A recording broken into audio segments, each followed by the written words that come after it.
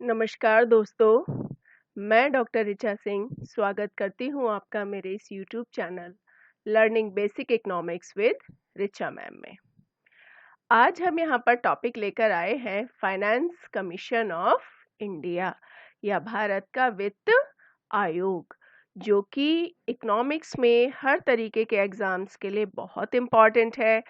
इसके अलावा ये करंट अफेयर्स और जनरल स्टडीज के लिए भी इक्वली इम्पॉर्टेंट टॉपिक्स में से एक है। और बहुत इम्पॉर्टेंट इसलिए कह रही हूँ क्योंकि इसी वर्ष इस नए आयोग ने यानी कि 15वें फाइनेंस कमीशन ने काम करना शुरू कर दिया है। तो या कहना चाहिए इसकी रिकमेंडेशंस लागू होने का टाइम आ गया है, इसलिए ये ज़्यादा इम्पॉर्टेंट हो जाता है। तो चलिए स्टार्ट करते हैं। सबसे पहले हम देखते हैं finance commission is a constitutional body. तो यहाँ पे हमें शब्द पे ध्यान देना है, कॉन्स्टिट्यूशनल बॉडी। ये एक संवैधानिक निकाय है। अब हम इसे संवैधानिक निकाय क्यों कह रहे हैं? क्योंकि इसका उल्लेख संविधान में किया गया है। और संविधान, इसमें नेक्स्ट पॉइंट हम पढ़ते हैं, it was established under article 280 यानी कि संविधान की धारा 280 में फाइनेंस कमीशन या वित्त आयोग का उल्लेख किया गया है, इसीलिए हम इसको संवैधानिक निकाय कहते हैं। और जिन चीज़ों का या जिन आयोगों का उल्लेख संविधान में नहीं किया गया होता है, हम उनको गैर संवैधानिक निकाय कहते हैं या आयोग कहते हैं।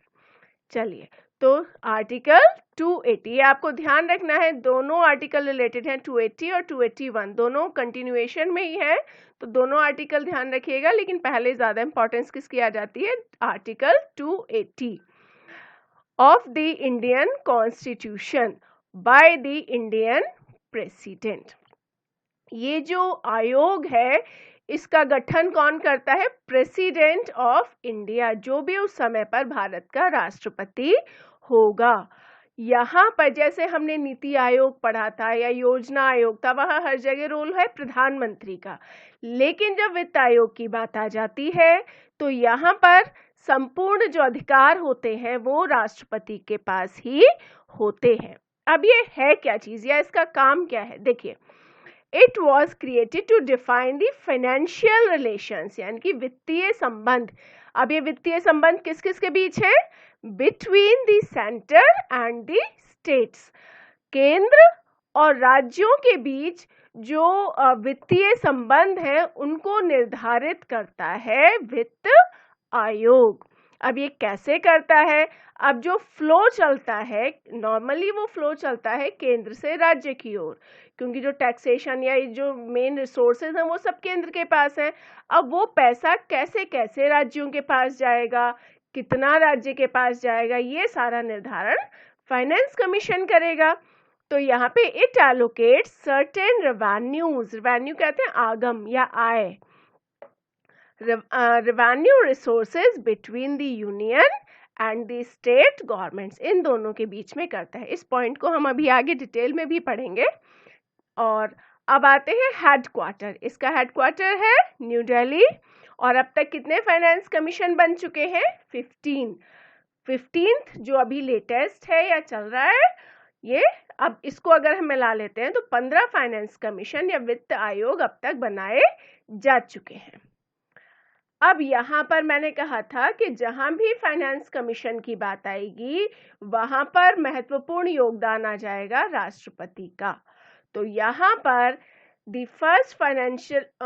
पहले हम देखते हैं, the first finance commission was constituted by presidential order dated 22 November 1951 under the chairmanship of Shri K.C. Niyogi on 6th April 1952। अब यहाँ थोड़ा सा कंफ्यूजन आ जाता है कि 51 में है या 52 में है। देखिए, जो प्रेसिडेंशियल ऑर्डर था वो पास हो गया था 1951 के नवंबर में ही, यानी कि ये आयोग तो बन चुका था 51 में, लेकिन जो इसकी रिकमेंडेशंस थी वो कब से लागू हुई थी? 1952 से। और पहले वित्त आयोग के जो अध्यक्ष थे वो थे केसी नियोगी। ये नाम आपको बिल्कुल रट लेना है, पहले वित्त आयोग के अध्यक्ष केसी नियोगी। ठीक है, तो अब यहाँ पे मैंने दोबारा क्लैरिटी भी दी है। It was formed in 1951। अब इसके सारे अधिकार किसके हाथ में है? राष्ट्रपति के ना। चलिए, president of India constitutes the financial commission. कौन बना रहा है? प्रेसिडेंट ही बना रहा है पूरे कमीशन को। अब यहाँ पर कमीशन एवरी 5 years, कितने समय के लिए बना रहा है? 5 साल के लिए। लेकिन ये पूरी तरह फिक्स नहीं है कि 5 साल के लिए ही बनेगा। यहाँ पर अगर राष्ट्रपति को ऐसा लगता है कि दोबारा बनना चाहिए तो उससे पहले भी, यानी कि 5 साल पूरे होने से पहले भी दोबारा जो वित्त आयोग है इसको बनाया जा सकता है। तो यहाँ पर अगर क्वेश्चन में पूछा जाता है कितने समय के लिए होता है, तो आंसर है 5 वर्ष। लेकिन अगर राष्ट्रपति का नाम भी वहां पर जुड़ा हुआ है कि राष्ट्रपति की इच्छा अनुसार, तो फिर बेटर आंसर हमारा हो जाता है राष्ट्रपति की इच्छा अनुसार।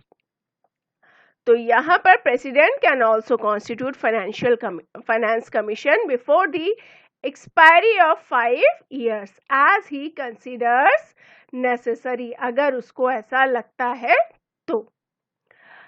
All the appointments are made by the president of the country. जितने भी अपॉइंटमेंट्स होंगे, यानी कि जितने 5 सदस्य होते हैं जिनमें से एक अध्यक्ष होता है, इन सबकी नियुक्ति केवल राष्ट्रपति ही करेंगे और उन 5 को शपथ भी राष्ट्रपति ही दिलाते हैं। The tenure of the members of the finance commission is specified by the president of India। तो राष्ट्रपति ही यहाँ पर निर्धारित करेंगे कि वो कितने समय के लिए वहां पर सदस्य रहेंगे। Members can also be reappointed, दोबारा भी उनको चुना जा सकता है योजना आयोग का वित्त आयोग का सदस्य बनाने के लिए। अगर एक बार वित्त आयोग के सदस्य रहकर कोई भी सदस्य पूरा कार्य कर चुका है, कार्यकाल पूरा कर चुका है, उसके बाद दूसरे वित्त आयोग के लिए भी वो एलिजिबल होता है। Members shall give part time और service to the full time service to the commission as scheduled by the president. ये भी राष्ट्रपति ही निर्धारित करेंगे कि जो सदस्य हैं वो किस आधार पर वहां कार्य कर रहे हैं, पूर्णकालिक रूप से या अंशकालिक रूप से। यहाँ पर राष्ट्रपति के अलावा 2 चीजें और ऐसी हैं जो संसद करती है या संविधान के आधार पर किया जाता है। Parliament determines legally the qualifications of the member, के उन सदस्यों की योग्यता क्या होगी ये पूर्व निर्धारित है या संसद इसका निर्धारण करती है। इसके अलावा सिलेक्शन मेथड, कि किस तरीके से उन सदस्यों को सेलेक्ट किया जाएगा। इसके अलावा the salary of the members, अब जो सैलरी होगी वो किसके आधार पर होगी? As per the provisions laid down by the constitution, यानी कि संविधान की गाइडलाइंस के हिसाब से ही इसको निर्धारित किया जाएगा। अब हम इसका संगठन देखते हैं। देखिए, यहाँ पर एक चेयरमैन होता है, यानी कि जो अध्यक्ष होता है वित्त आयोग का। इसके अलावा 4 सदस्य होते हैं, यानी कि पूरा आयोग 5 सदस्यीय होता है। अब ये इनकी योग्यताएं अगर हम देखें तो यहाँ पर जो एक मेंबर है हैव बीन और qualified as the high court जज, जो एक सदस्य है वो या तो किसी भी हाई कोर्ट का जज होना चाहिए या उसकी योग्यता इतनी होनी चाहिए कि वो हाई कोर्ट का जज बन सके। दूसरा है नॉलेज इन इकोनॉमिक्स, एक सदस्य ऐसा होना चाहिए जिसकी अर्थशास्त्र में नॉलेज बहुत है। और तीसरा सदस्य जिसके की फाइनेंस यानी कि वित्त के मामलों की जानकारी है या वित्त के बारे में अच्छी खासी नॉलेज है। और चौथा सदस्य जिसको वित्तीय मामलों में अनुभव होना चाहिए या वो एडमिनिस्ट्रेशन में होना चाहिए। तो ये 4 सदस्य हैं जिनकी योग्यताएं अलग अलग हैं। एक हाई कोर्ट से रिलेटेड है, एक इकोनॉमिक्स से, एक फाइनेंस की नॉलेज और एक फाइनेंशियल मैटर्स में एक्सपीरियंस। इसके बाद अगर हम इसके कार्य को देखें, देखो ये हमें बड़ा कॉम्प्लिकेटेड सा लगता है वित्त आयोग, लेकिन ये बिल्कुल आसान है। इस चित्र की सहायता से हम देख रहे हैं, देखो एक साइड तो ये केंद्र सरकार हो गई और एक साइड राज्य सरकार हो गई। राज्य सरकार मतलब हर राज्य की अलग अलग। तो अब इन दोनों के बीच में कौन खड़ा है? Finance commission. फाइनेंस कमीशन सिर्फ मुख्य रूप से 3 काम हम उसके ले लेते हैं जिससे हमें पूरा क्लियर हो जाए। पहला, प्रोसीड्स ऑफ टैक्सेस, जो टैक्सेस आ रहे हैं या टैक्सेस से पैसा गवर्नमेंट के पास आ रहा है, उस पैसे को किस आधार पर या कितना कितना दिया जाएगा। इसका कितना, जो टैक्सेस से प्योर अर्निंग मिली है गवर्नमेंट को या जितना रेवेन्यू जनरेट हुआ है, उस रेवेन्यू से कितना भाग राज्यों को दे दिया जाएगा और कितना भाग केंद्र सरकार के पास रहेगा। ये काम कौन करेगा? Finance commission. ये परसेंटेज उसका निर्धारित करेगा। जैसे 14th फाइनेंस कमीशन जो बना था, उससे पहले राज्यों को 32% दिया जाता था, जबकि 14th कमीशन ने उसको 42% करा दिया। तो ये काम फाइनेंस कमीशन का है। दूसरा, अब केवल पैसा ही थोड़ी ना दिया जाता है, इसके अलावा ग्रांट्स भी दी जाती हैं कि कितना अनुदान दिया जाना है राज्यों को। तो यहाँ पर कि केंद्र सरकार राज्यों को कितना अनुदान देगी, तो इस तरीके से यहाँ से पैसा फ्लो करता हुआ यहाँ तक कितना आएगा, ये भी निर्धारण फाइनेंस कमीशन ही करेगा। इसके अलावा किन आधारों पर ये चीजें निर्धारित की जाती हैं, क्या प्रिंसिपल्स होते हैं, वो भी फाइनेंस कमीशन ही करता है। और एक और जो बहुत महत्वपूर्ण चीज है यहाँ पे कि इनके अलावा और भी चीजें हो सकती हैं ना, जरूरी तो नहीं है कि केवल इन्हीं दोनों से रिलेटेड इश्यूज हैं। और भी कोई मैटर ऐसा अगर है जो कि राष्ट्रपति को लगता है कि साउंड फाइनेंशियल सिस्टम के लिए जरूरी है और वो उसको फाइनेंस कमीशन में प्रेजेंट करता है, तो इससे रिलेटेड चीजें भी या रिकमेंडेशन भी फाइनेंस कमीशन दे सकता है। अब यहाँ मोटा मोटा एनिमेशन के बेसिस से हमें समझ में आ गया टैक्सेस का डिवीजन कैसे होगा, ग्रांट कितनी दी जाएंगी और कोई मैटर हुआ तो उसमें क्या करना है। अब हम इसको एक अच्छी सी लैंग्वेज में पढ़ लेते हैं। देखो, जो मैंने कहा था कि इससे रिलेटेड आर्टिकल 280 और 281 दोनों हैं। तो पहला तो है कि किस किस चीज के बेसिस पर या किस किस चीज के बारे में फाइनेंस कमीशन अपनी रिकमेंडेशंस देगा। तो यहाँ पर उसका जो उसके बारे में जो डिटेल दी गई है वो है आर्टिकल 280 में, जिसमें बताता है कि the distribution between the union and states of the net proceeds of taxes, जो हमने अभी देखा था सबसे पहले वाला पॉइंट, कि जो टैक्सेस हैं, टैक्सेस से जो नेट इनकम मिल रही है, net proceeds means net income जो टैक्सेस से मिल रही है, उसका एलोकेशन कितना करना है between the states and the union. Second है principles which should govern the grants in aid of the revenues to the states out of the consolidated fund of India. Consolidated fund means जिसमें हम सारा government के revenues को देखते हैं। यहाँ देखिए, यहाँ पर हम उसी ग्रांट्स एंड एड की बात कर रहे हैं कि जो केंद्र सरकार है वो राज्यों को कितना एड देगी या कितने ग्रांट्स देगी, इसके बारे में भी वित्त आयोग रिकमेंडेशन देता है।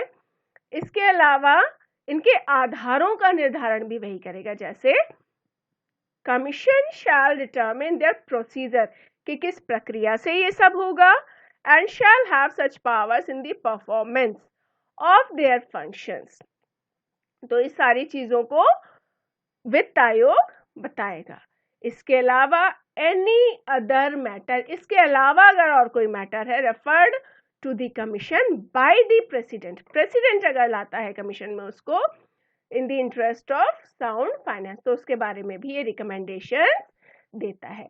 देखो, ये हायरार्की है, जो सरकार है उसकी सबसे ऊपर आती है यूनियन यानी कि केंद्र सरकार, उसके नीचे राज्य सरकार है, उसके नीचे फिर जिला पंचायत, नगर पालिका, ये सब भी आती हैं। तो उसमें एक और चीज होती है कि जैसे केंद्र सरकार से राज्य सरकार की तरफ कितना फ्लो ऑफ मनी होगा, उसी तरीके से राज्य सरकार से नगर पंचायत या नगर निगम या जिला पंचायत, इन सब को कितना अनुदान मिलेगा। तो ये सब भी वित्त आयोग करता है, लेकिन वो सेंट्रल लेवल का नहीं होता है, वो होता है finance commission of the state. अब इसमें अगली धारा आती है 281। धारा या आर्टिकल 280 तो बताता है कि किस किस चीज के बारे में वित्त आयोग रिकमेंडेशन देगा, और उसके आगे का प्रोसीजर यानी कि राष्ट्रपति उसको संसद में प्रेजेंट करेगा।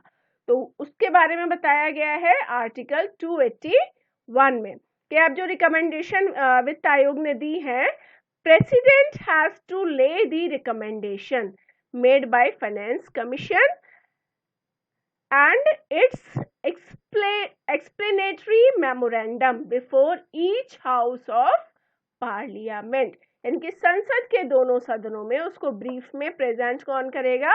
राष्ट्रपति। और ये बताया गया है धारा 281 आर्टिकल 281 में। अब ये इसके यहाँ पर कार्य हो जाते हैं, और साथ में हमने ये भी देख लिया कि कौन से आर्टिकल में किस चीज के, यानी कि इसके कार्यों के बारे में बताया है 280 में, और राष्ट्रपति उसको आगे संसद तक पहुंचाएगा, ये बताया 281 में। इसके साथ में जैसे हमने पढ़ा कि वित्त आयोग एक कॉन्स्टिट्यूशनल बॉडी है, इसी के साथ साथ एक और चीज आ जाती है, ये एक अर्ध न्यायिक संस्था भी है। अर्ध न्यायिक यानी कि यहाँ देखिए, as per the code of civil procedure 1908, इस धारा के अंतर्गत या सिविल कोड के अंतर्गत जो वित्त आयोग है उसको सिविल कोर्ट या न्यायालय का दर्जा भी प्राप्त है, और ये उससे रिलेटेड स्टेप ले सकता है, जिसमें कि बताया गया है finance commission has all the powers of a civil court. और वो कौन से ये अधिकार प्रदान करता है? कोड ऑफ सिविल प्रोसीजर 1908, ये ध्यान रखना है, 1908 का। तो इसमें क्या क्या कर सकता है? It can call witnesses, ask for the production of a public document और रिकॉर्ड फ्रॉम एनी ऑफिस और कोर्ट। यहाँ पर देखिए, अगर कोई समस्या आती है, कोई इसके नियमों का उल्लंघन करता है, या कोई भी इस तरह की समस्या आती है जब एज अ कोर्ट इसे डिसीजन लेना पड़े, तो ऐसा नहीं है कि जो वित्त आयोग है वो नॉर्मल कोर्ट में जाके अप्लाई करेगा, ऐसा नहीं, उसको खुद इसके पास ये अधिकार है कि वो ये सारे काम खुद कर सकता है।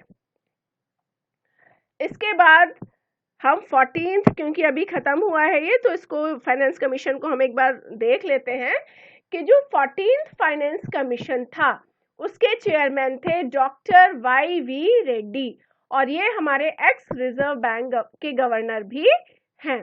तो वाई.वी. रेड्डी 14th फाइनेंस कमीशन के अध्यक्ष थे, और इस कमीशन ने अपनी रिपोर्ट कब सौंपी थी या पेश की थी? 31 अक्टूबर 2014 को, और जिसके आधार पर इसने काम किया था 2015 से 2020 तक। तो recommendations will cover the 5-year period commencing from 1st April 2015 to 31st March 2020। अब जो लेटेस्ट है उसको एक बार देख लेते हैं। 15th फाइनेंस कमीशन, ये जो 15वां वित्त आयोग है, इसका गठन 2017 में ही हो चुका था, और इसके जो कार्य होंगे वो 2020 से 2025 तक के लिए होंगे, यानी कि जो इसका कार्यकाल है मेन, या जो इसकी रिकमेंडेशन है वो जिस ड्यूरेशन के लिए है 2020 से 2025 के बीच में। अगर हम इसका कंपोजिशन देखें, इसका गठन देखें, तो सबसे पहले आता है चेयरमैन है N.K. सिंह। इसके अलावा 4 अलग मेंबर्स होते हैं। फुल टाइम मेंबर्स में डॉक्टर अनूप सिंह, दूसरे अजय नारायण झा। देखिए एक चेंज है यहाँ पर, अजय नारायण झा की जगह पहले यहाँ पर थे शक्तिकांत दास, लेकिन क्योंकि बाद में उनका सिलेक्शन रिजर्व बैंक के गवर्नर के रूप में कर लिया गया, तो यहाँ पर उन्होंने यहाँ से इस्तीफा दे दिया। तो शक्तिकांत दास ने जब इस्तीफा दिया तो उनके स्थान पर आए अजय नारायण झा। इसके अलावा 2 और मेंबर्स डॉक्टर रमेश चंद्र और डॉक्टर अशोक लाहिड़ी हैं। अब यहाँ पर इन योजना आयोगों में अगर हमें देखें तो हमें 3 नाम बहुत अच्छे से याद रखने हैं। प्रथम या फर्स्ट वित्त आयोग के अध्यक्ष थे केसी नियोगी, और उसके बाद लेटेस्ट वाले हम देख लेते हैं 14th वित्त आयोग के अध्यक्ष YV रेड्डी और 15th के अध्यक्ष NK सिंह। अगर मान लीजिए कंफ्यूजन करने के लिए ये क्वेश्चन दे दिया जाए कि जो YV रेड्डी है उन्होंने किनके स्थान पर पद ग्रहण किया था, तो इनसे पहले जो थे वो थे विजय L केलकर। और उसी तरीके से ये भी पूछा जा सकता है कि NK सिंह ने किसके स्थान पर पद ग्रहण किया है, तो 14th वाले अध्यक्ष का हम नाम लेंगे YV रेड्डी। अब इसमें एक और बहुत महत्वपूर्ण बात है कि जो फाइनेंशियल या फाइनेंस कमीशन है वो एक एडवाइजरी रोल प्ले करता है। मतलब गवर्नमेंट ऑफ इंडिया कभी भी बाउंड नहीं है कि जो रिकमेंडेशंस फाइनेंस कमीशन ने दी है उनको वो माने ही, क्योंकि देखिए यहाँ पर जब भी हम वर्ड यूज करते हैं वो रिकमेंडेशंस यूज करते हैं, कभी भी ऑर्डर वर्ड नहीं होता है। कमीशन के साथ में क्या वर्ड होता है, रिकमेंडेशंस, या हम इसे कह सकते हैं सजेशंस, कि सजेशन दे रहा है। गवर्नमेंट ऑफ इंडिया अगर चाहे तो उसको एज इट इज सारा मान ले, चाहे तो पूरा रिजेक्ट कर दे, चाहे तो कुछ उसमें संशोधन करके उसके साथ उसको एक्सेप्ट कर सकती है। तो जो फाइनेंस कमीशन है वो सिर्फ रिकमेंडेशन देता है, लेकिन गवर्नमेंट ऑफ इंडिया कभी भी बाध्य नहीं है कि वो उसे फॉलो करेगी ही करेगी। आई होप ये टॉपिक आपको अच्छे से क्लियर हो गया होगा, और इस टॉपिक से रिलेटेड एक टेस्ट हम जल्दी ही लेकर आएंगे जिसमें कि आप अपनी प्रिपरेशन को जज कर पाएंगे। धन्यवाद।